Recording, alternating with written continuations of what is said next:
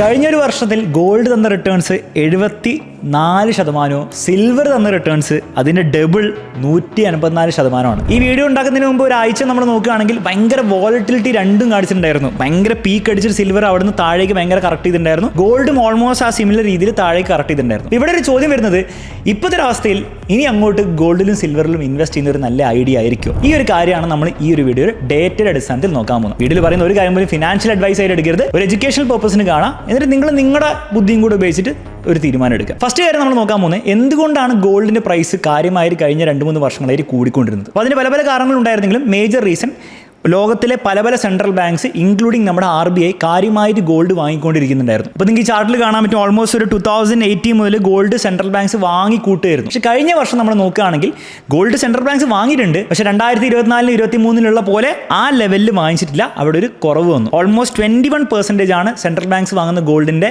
Amount കുറഞ്ഞത്. അപ്പോൾ നിങ്ങൾ ആലോചിക്കുന്നുണ്ടോ, സെൻട്രൽ ബാങ്ക്സ് ഗോൾഡ് വാങ്ങുന്നത് കുറഞ്ഞെങ്കിൽ എങ്ങനെയാണ് ഗോൾഡിന്റെ പ്രൈസ് ഇങ്ങനെ കൂടിക്കൊണ്ടിരിക്കുന്നത്? അപ്പോൾ അവിടെ മനസ്സിലാക്കേണ്ടത്, ഇവിടെ ഗോൾഡ് വാങ്ങുന്ന ആൾക്കാരുടെ ഈ ഒരു നേച്ചർ മാറിയിട്ടുണ്ട്. അതായത് സെൻട്രൽ ബാങ്ക്സ് ആയിരുന്നു ഇത്രയും നാളും ഗോൾഡിന്റെ പ്രൈസ് മുകളിലേക്ക് ഡ്രൈവ് ചെയ്തെങ്കിൽ, കഴിഞ്ഞ വർഷം നമ്മൾ നോക്കുകയാണെങ്കിൽ ഗോൾഡ് ETF വാങ്ങുന്ന ആൾക്കാരാണ്. അതായത് നമ്മളെ പോലത്തെ ആൾക്കാരും പിന്നെ വലിയ വലിയ ഇൻസ്റ്റിറ്റ്യൂഷൻസും, അങ്ങനത്തെ ഇൻസ്റ്റിറ്റ്യൂഷൻസ് ആണ് ഗോൾഡ് ETF വാങ്ങി ഇതിൻ്റെ പ്രൈസ് മുകളിലേക്ക് കൊണ്ടുപോകുന്നത്. ഇവിടെ ലോജിക്ക് ഇത്രയേ ഉള്ളൂ, ബേസിക്കലി സെൻട്രൽ ബാങ്ക്സ് കാര്യമായി വാങ്ങിക്കൊണ്ടാണ് ഈ ഗോൾഡിൻ്റെ പ്രൈസ് നല്ല കയറിയുന്നത്. ഈ ഗോൾഡിൻ്റെ പ്രൈസ് നല്ല കയറിയിരുന്നുകൊണ്ടാണ്. അത് കഴിഞ്ഞ 2-3 വർഷം ഭയങ്കര റിട്ടേൺസ് കാണുമ്പോഴാണ് ജനറലി ആൾക്കാർ ETF പോയി വാങ്ങുക. പക്ഷേ ഒരു പോയിന്റ് കഴിയുമ്പോൾ ഈ സെൻട്രൽ ബാങ്ക്സിൻ്റെ ബൈയിങ് കുറയാൻ ചാൻസ് ഉണ്ട്. നമുക്ക് ഒരിക്കലും പ്രഡിക്റ്റ് ചെയ്യാൻ പറ്റില്ല 100%. പക്ഷെ അങ്ങനെ കുറയാൻ ഒരു ചാൻസ് ഉണ്ടെങ്കിൽ, അങ്ങനെ സംഭവിച്ചു കഴിഞ്ഞാൽ ഈ ഗോൾഡ് ETF-ലേക്കുള്ള ഇൻഫ്ലോസും ആൾക്കാരെ പൈസ ഇടുന്നതും കുറയാൻ ചാൻസ് ഉണ്ട്.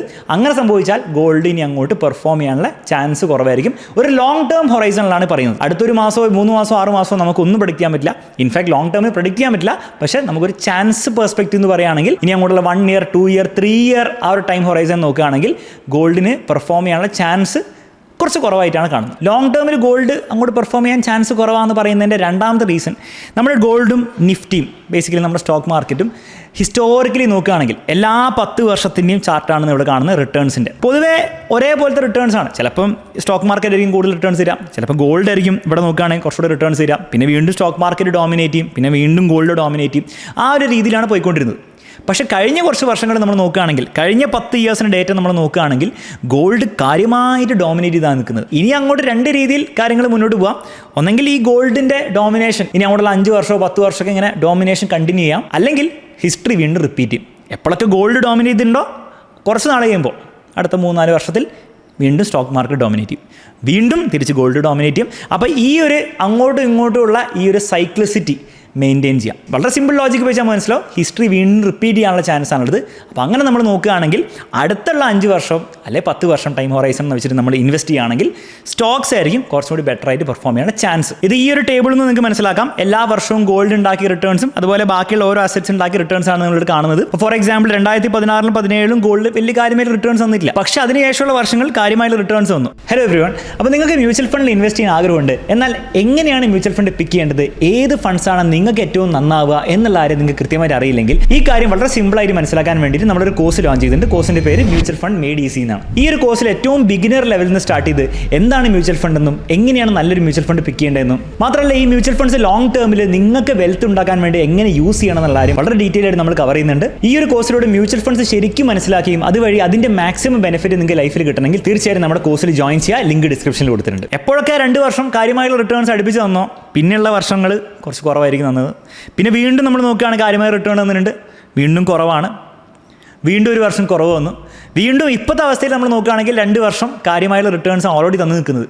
ഇനി അങ്ങോട്ട് 3-ാമത്തെ വർഷവും 4-ാമത്തെ വർഷവും 5-ാമത്തെ വർഷവും ഭയങ്കര ഗംഭീര റിട്ടേൺസ് തരാനുള്ള ചാൻസ് കുറവാണ് നമ്മൾ ഹിസ്റ്റോറിക്കലി നോക്കുകയാണെങ്കിൽ. അപ്പോൾ ഈ ഒരു ഡേറ്റയുടെ അടിസ്ഥാനത്തിലേക്ക് നമ്മൾ നോക്കുകയാണെങ്കിൽ ഒരു കാര്യം വളരെ ക്ലിയർ ആണ്, long term point of view നിന്നാണ് നിങ്ങൾ ഇപ്പോൾ കൊണ്ടുപോയി ഗോൾഡിൽ പൈസ ഇടുന്നെങ്കിൽ അത് അത്ര നല്ലൊരു ഐഡിയ ആവാൻ ചാൻസ് ഇല്ല. അടുത്ത 3 വർഷത്തിൽ അടുത്ത 5 വർഷത്തിൽ കഴിഞ്ഞ 3 വർഷം 5 വർഷം ഉണ്ടാക്കിയ പോലത്തെ റിട്ടേൺസ് ഗോൾഡിൽ നിന്ന് എക്സ്പെക്ട് ചെയ്തിട്ട് കഴിഞ്ഞാൽ മിക്കവാറും നിങ്ങൾ ഡിസപ്പോയിൻറ്റഡ് ആവാനുള്ള ചാൻസ് ആയിരിക്കും ഉണ്ടാവുക. നേരെ മറിച്ച് ഇപ്പോഴത്തെ ഒരു അവസ്ഥയിൽ കഴിഞ്ഞ 1 വർഷവും 2 വർഷമൊക്കെ സ്റ്റോക്ക് മാർക്കറ്റ് കാര്യമായിട്ട് പെർഫോം ചെയ്തിട്ടില്ല. അതുകൊണ്ട് തന്നെ ഇനി അങ്ങോട്ടുള്ള ഒരു 3 ഇയർ 5 ഇയർ പീരീഡ് നമ്മൾ നോക്കുകയാണെങ്കിൽ കുറച്ചും കൂടി ബെറ്റർ ആയിട്ട് പെർഫോം ചെയ്യാൻ ചാൻസ് ഉള്ളത് സ്റ്റോക്ക് മാർക്കറ്റിലാണ്. ഇനി ഒരു അസറ്റ് അലൊക്കേഷൻ ഫോളോ ചെയ്യുന്ന ഒരാൾ, ഫോർ എക്സാമ്പിൾ നമ്മൾ ഇതിന് മുമ്പുള്ള പല വീഡിയോസിലും പറഞ്ഞിട്ടുണ്ട്, എപ്പോഴും ബെസ്റ്റ് എന്താണെന്ന് വെച്ച് കഴിഞ്ഞാൽ പല പല അസറ്റ്സിൽ നിങ്ങളുടെ പൈസ അലൊക്കേറ്റ് ചെയ്ത് വെക്കാം. ഫോർ എക്സാമ്പിൾ ഒരു എക്സാമ്പിൾ പറയുകയാണെങ്കിൽ 70% ഇക്വിറ്റി അഥവാ സ്റ്റോക്സിലും, ഒരു 20% ഡെറ്റിലും അഥവാ FD പോലത്തെ സ്റ്റേബിൾ ആയിട്ടുള്ള ഇൻസ്ട്രുമെൻസിലും, പിന്നെ 10% ഗോൾഡിലും ഇതൊരു അസറ്റ് അലൊക്കേഷൻ്റെ ഒരു എക്സാമ്പിളാണ്. ഈ രീതിയിൽ നിങ്ങൾ ചെയ്ത് കഴിഞ്ഞാൽ നിങ്ങൾ ഗോൾഡ് പെർഫോം ചെയ്യുമോ സ്റ്റോക്ക് മാർക്കറ്റ് പെർഫോം ചെയ്യുന്നുള്ള കാര്യം നിങ്ങൾ ചിന്തിക്കേണ്ട ആവശ്യം പോലില്ല. നിങ്ങളിത് ഫോളോ ചെയ്ത് കഴിഞ്ഞാൽ ഗോൾഡ് പെർഫോം ചെയ്യുമ്പോൾ നിങ്ങൾക്ക് നല്ലതായിരിക്കും, സ്റ്റോക്ക് മാർക്കറ്റ് നാളെ പെർഫോം ചെയ്യുമ്പോൾ അതും നിങ്ങൾക്ക് നല്ലതായിരിക്കും. എന്ന് മാത്രമല്ല മിക്ക സമയത്ത് സ്റ്റോക്ക് മാർക്കറ്റ് ഫോളോ ചെയ്യുന്ന സമയത്ത് ഗോൾഡ് നന്നായി പെർഫോം ചെയ്യും, ഗോൾഡ് ഫോളോ ചെയ്യുന്ന സമയത്ത് മിക്ക സമയത്ത് സ്റ്റോക്ക് മാർക്കറ്റ് നന്നായിട്ട് പെർഫോം ചെയ്യും. ഈ ഒരു നെഗറ്റീവ് കോറിലേഷൻ എന്ന് പറയും. അതുള്ളതുകൊണ്ട് തന്നെ നിങ്ങൾക്ക് ലോങ് ടേമിൽ കുറച്ചുകൂടി സ്റ്റെബിലിറ്റി അസറ്റ് അലൊക്കേഷൻ ഫോളോ ചെയ്ത് കിട്ടും. ഇനി ഈ അസറ്റ് അലൊക്കേഷനിൽ 10% ഗോൾഡ് വേണോ 20% ഗോൾഡ് വേണോ എന്നുള്ള കാര്യത്തിലൊക്കെ ഓരോ ആൾക്കാരുടെ ഇൻഡിവിജ്വൽ സബ്ജക്റ്റീവായുള്ള തീരുമാനമാണ്. അത് ഏതാണെങ്കിലും കുഴപ്പമില്ല. പക്ഷേ അസറ്റ് അലൊക്കേഷൻ ഫോളോ ചെയ്താൽ യു വിൽ ബി ഹാപ്പിയർ, നിങ്ങൾ കുറച്ചുകൂടി സാറ്റിസ്ഫൈഡ് ആയിരിക്കും. നിങ്ങൾ ഈ ഇൻവെസ്റ്റിംഗ് എന്ന് പറഞ്ഞ പ്രോസസ്സ് ആക്ച്വലി പൈസ ഉണ്ടാക്കണമെങ്കിൽ ഇത് ലോങ് ടേമിലേക്ക് ചെയ്തുകൊണ്ടിരിക്കണം. അത് നിങ്ങൾ ലോങ് ടേമിൽ കണ്ടിന്യൂ ചെയ്യാനുള്ള ഒരു കോൺഫിഡൻസ് കിട്ടും. അപ്പോൾ ഇങ്ങനെ ഒരു അസറ്റ് അലൊക്കേഷൻ നിങ്ങൾ ഓൾറെഡി ചെയ്തിട്ടുണ്ടെങ്കിൽ നിങ്ങളിവിടെ കുറേ മാറ്റങ്ങളൊന്നും ചെയ്യാൻ പോകേണ്ട ആവശ്യമില്ല. ആകെയുള്ള കാര്യം കുറച്ച് പൈസ കയ്യിൽ വന്നു കഴിഞ്ഞാൽ സാലറി ആയിട്ടോ അല്ലാണ്ട് വന്നു കഴിഞ്ഞാൽ ഒരു ലംസം ആയിട്ട് കൊണ്ടുപോയിട്ട് നിങ്ങൾ ഗോൾഡിൽ ഇടുന്നതിൽ വലിയൊരു പോയിന്റ് ഇല്ല.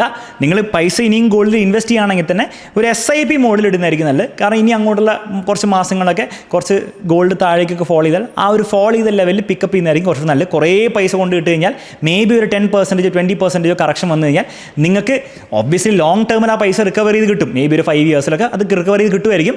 പക്ഷേ നമുക്ക് ഷോർട്ട് ടേമിൽ നമ്മുടെ മൊത്തത്തിലൊരു മൂഡിനെ നമ്മുടെ ഇമോഷനെ അത് എഫക്ട് ചെയ്യാൻ ചാൻസ് ഉണ്ട്. അതുകൊണ്ട് തന്നെ ഒരു SIP മോഡായിരിക്കും കുറച്ചുകൂടി സെൻസ് ഉണ്ടാക്കാം.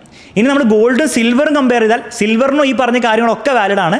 എന്ന് മാത്രമല്ല ഈ ഗോൾഡ് സിൽവറിൻ്റെ റേഷ്യോ നമ്മൾ ഹിസ്റ്റോറിക്കലി നോക്കിയാൽ ഈ റേഷ്യോ ഓൾമോസ്റ്റ് ഒരു 61 അതിൻ്റെ ആവറേജ് വാല്യൂ ഉണ്ടായിരുന്നു.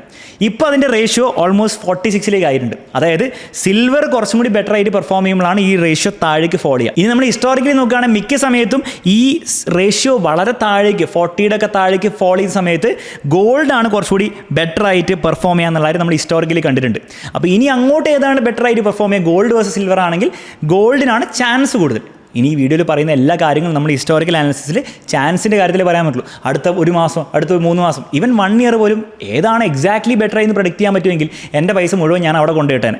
ഈ മാർക്കറ്റിലിരിക്കുന്ന അല്ലെങ്കിൽ ട്വിറ്ററിൽ പോസ്റ്റ് ഇടുന്ന ആൾക്കാരും അങ്ങനെ പറയുന്നുണ്ട് ഗോൾഡ് തന്നെയാണ് ഏറ്റവും ബെസ്റ്റ് എന്ന് പറയുന്നത്. അവരുടെ മൊത്തം പൈസ ഗോൾഡിലാണോ എന്നുള്ള കാര്യം നിങ്ങൾ പോയി നോക്കിയാൽ മതി. മിക്ക സമയത്ത് ആയിരിക്കില്ല. അപ്പോൾ ഇങ്ങനത്തെ കാര്യത്തിലൊന്നും നമുക്ക് സ്ട്രോങ് ആയിട്ടുള്ള ഒപ്പീനിയൻസ് പറയാൻ പറ്റില്ല. പക്ഷേ ഇൻ്റലിജൻ്റ് ആയിട്ടുള്ള രീതിയിൽ ചിന്തിക്കാമെന്നേ നമുക്ക് ചെയ്യാൻ പറ്റുള്ളൂ പ്രാക്ടിക്കലി. അപ്പോൾ അത് ചിന്തിക്കാൻ വേണ്ടിയിട്ടുള്ള കുറച്ച് ഇൻഫർമേഷനും കുറച്ച് ഇൻസൈറ്റ്സും ഈ വീഡിയോയിൽ നിങ്ങൾക്ക് കിട്ടിയെന്ന് വിചാരിക്കുന്നു. ഈ വീഡിയോ നിങ്ങൾക്ക് യൂസ്ഫുൾ ആണെന്ന് തോന്നുന്ന ബാക്കിയുള്ള ഫ്രണ്ട്സിനും കൂടെ ഒന്ന് ഷെയർ ചെയ്ത് കൊടുക്കുക. കൂടുതൽ പേഴ്സണൽ ഫിനാൻസ് റിലേറ്റഡ് ആയിട്ട് വീഡിയോസ് ആണെങ്കിൽ ഈ ഒരു ചാനൽ തീർച്ചയായും സബ്സ്ക്രൈബ് ചെയ്യാം. ഗോൾഡിനെയും സിൽവറിനെ പറ്റിയിട്ട് നിങ്ങളുടെ ഒപ്പീനിയൻ കമന്റ് ബോക്സിൽ ഒന്ന് അറിയിക്കുക. മറ്റൊരു വീഡിയോയിൽ കാണുന്നവരെ bye bye and take care.